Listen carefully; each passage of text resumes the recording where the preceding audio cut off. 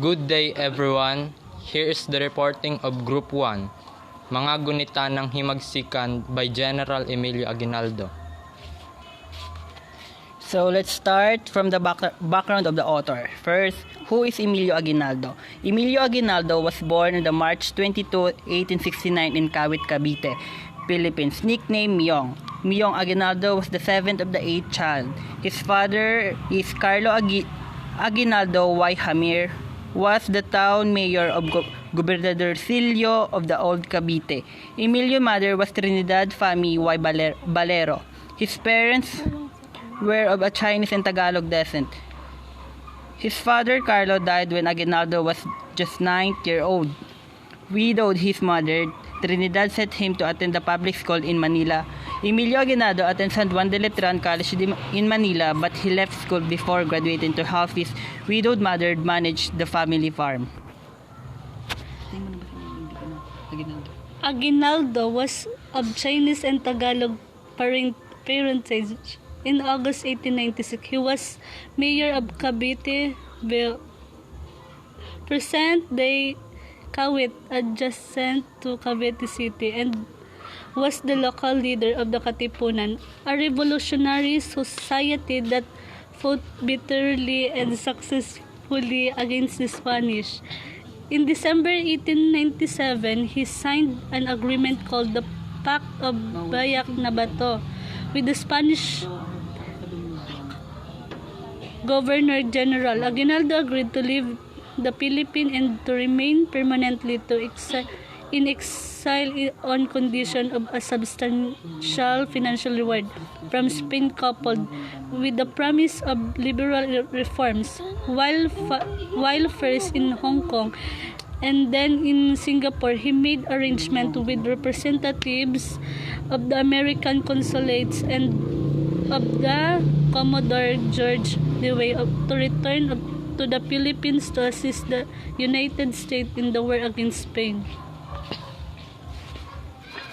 Mga Gunita ng Himagsikan. Aguinaldo scribbled a lot of his old age between 1928 and 1946. He produced in longhand the first volume of his memoirs. Mga Gunita ng Himagsikan, 1964, translated from the original Tagalog as Memoirs of the Revolution, 1967. In his preface, Aguinaldo said that the memoirs were based on the diary he kept, documents he preserved, and family lore gathered from his elders. The second volume covered the perception of the Philippines Revolution against Spain and the Philippines American War. Aguinaldo wanted to current history by making reference to the historian confused account on the beginning of the revolution.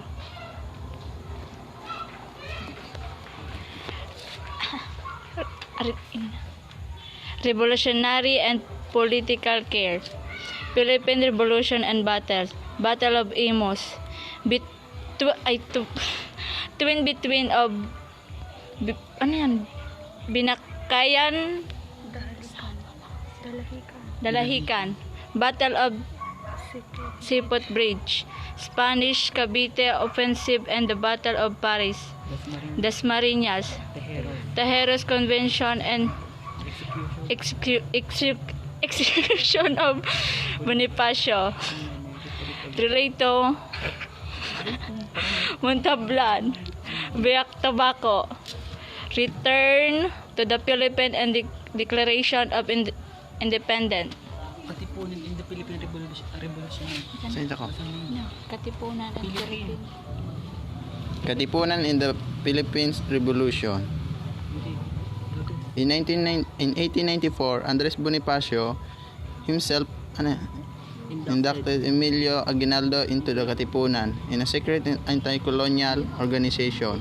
The Katipunan called for the ouster of Spain from the Philippines by armed force and necessary in 1896. After the Spanish executed the voice of the Filipino independence, Jose Rizal, the Katipunan started their revolution. Meanwhile, Aguinaldo married his first wife, Hilaria de Rosario, who would tend to wounded soldier through her Hijas de Revolution, Daughters of the Revolution organization. While many of the Katipunan rebel bands were entrained and had to retreat in the face of Spanish force, Aguinaldo's troops were able to outfight the colonial troops even in the witch battle. Aguinaldo's men dropped the Spanish from Cavite. However, they come into conflict with Bonifacio, who had declared himself President of the Philippine Republic, and his supporters.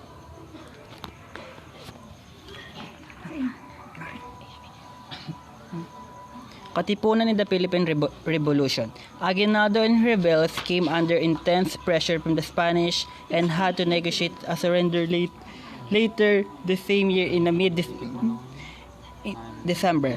1897. Aguinaldo and his government minister agreed to dissolve the rebel government and to exile in Hong Kong.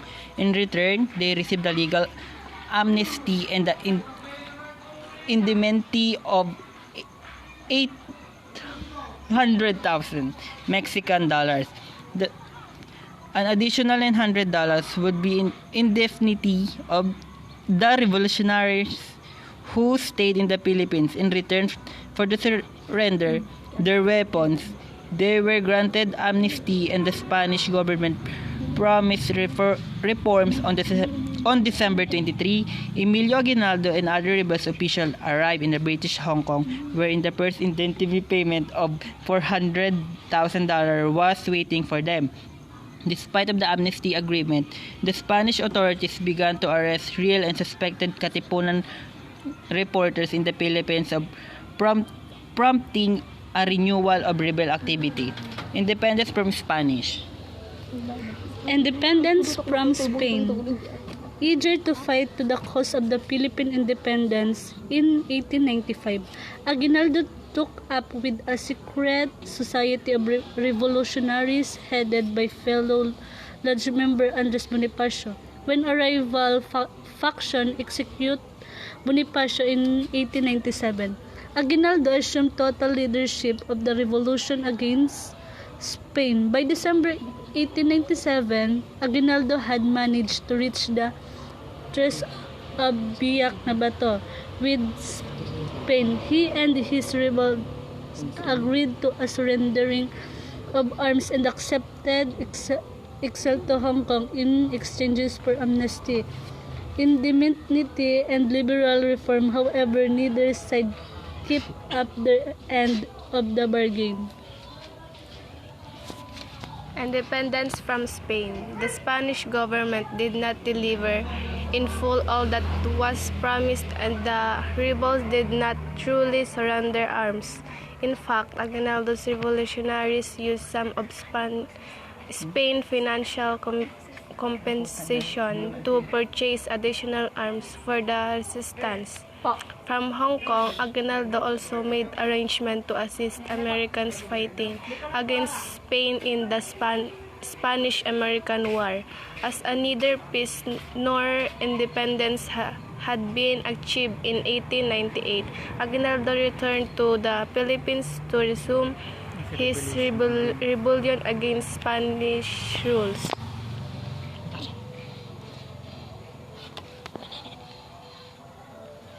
Independence from Spain.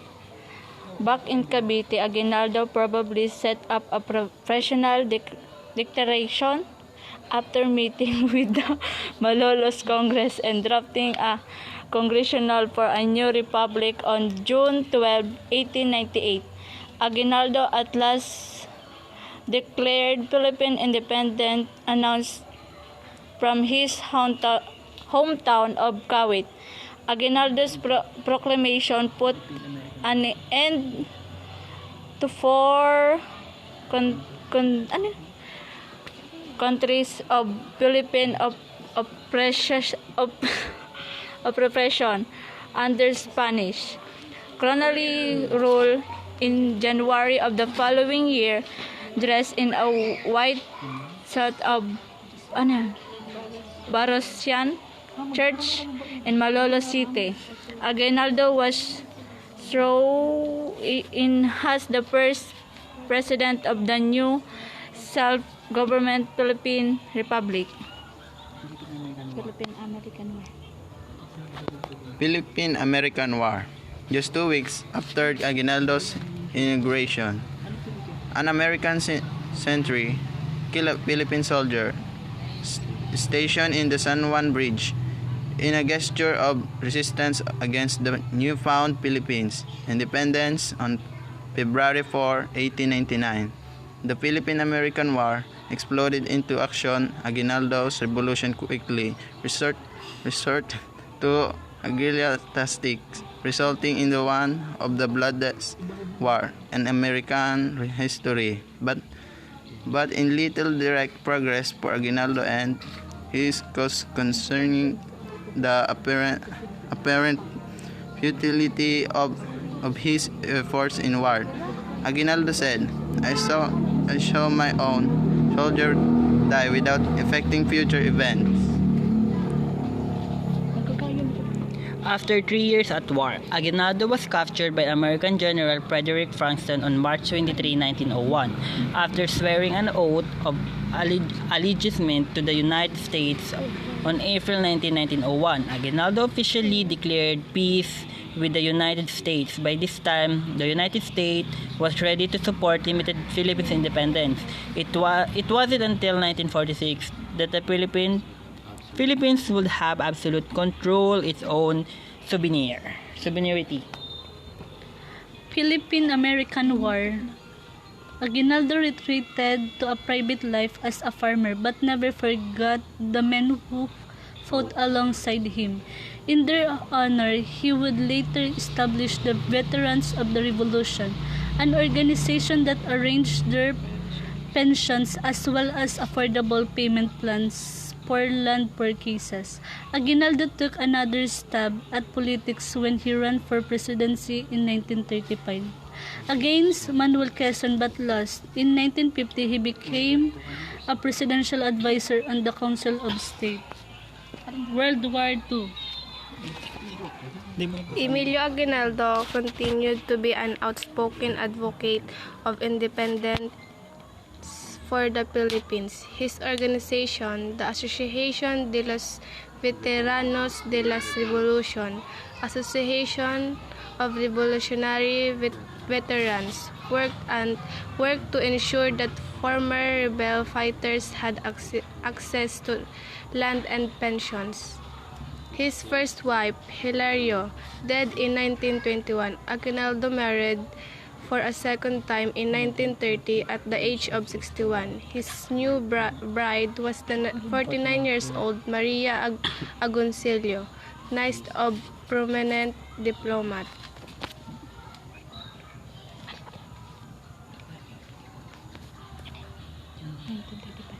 World War II, 1935. The Philippine Commonwealth had its first election after the decade of American rule. Then, age 66, Aguinaldo ran for president but was suddenly defeated by Manuel Quezon.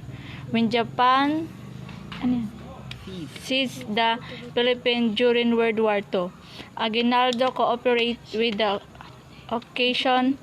He joined the Japanese-sponsored Congress of State and made speech against and to Filipino and American opposition to the Japanese cooperators. After the U.S. returned the Philippines in 1945, the Supriyan Emilio Aguinaldo was arrested and imprisoned as a collaborator. However, he was quickly pardoned and released, and his reputation was not too severely tarnished by this wartime indiscretion. Post-World War II era. Aguinaldo was appointed to the Council of the State again in the 1950, this time by President Elpidio Quirino. He served one term before returning to his work of veterans in 1962. President Diosdado Macapagal assert pride in the Philippines' independence from the United States in a highly symbolic gesture. He moved the celebration of Independence Day from July 4 to June 12. The date of Aguinaldo declaration of the first Philippines Republic. Aguinaldo himself joined in the festivities. Although he was 92 years old and the radio frail. The following year, before his final hospitalization, Aguinaldo donated his home to the government as a museum. Aguinaldo as a president. Emilio Aguinaldo was officially inaugurated as the first president and dictator of the Philippines Republic in January of 1899. Prime Minister Apolinario Mabini headed the new cabinet. However, the United States did not recognize this new independent Filipino government.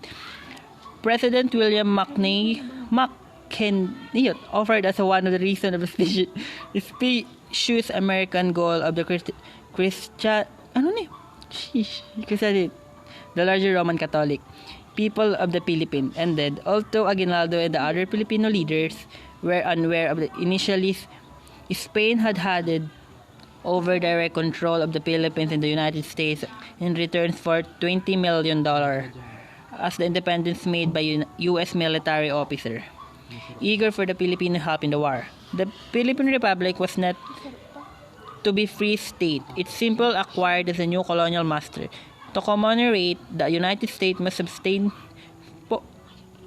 into the imperial game in 1899. The British author Rudyard Kipling wrote The White Man's Burden, a poem extolling American power over your new Sullivan peoples, half devil and half child. Emilio Aguinaldo's death.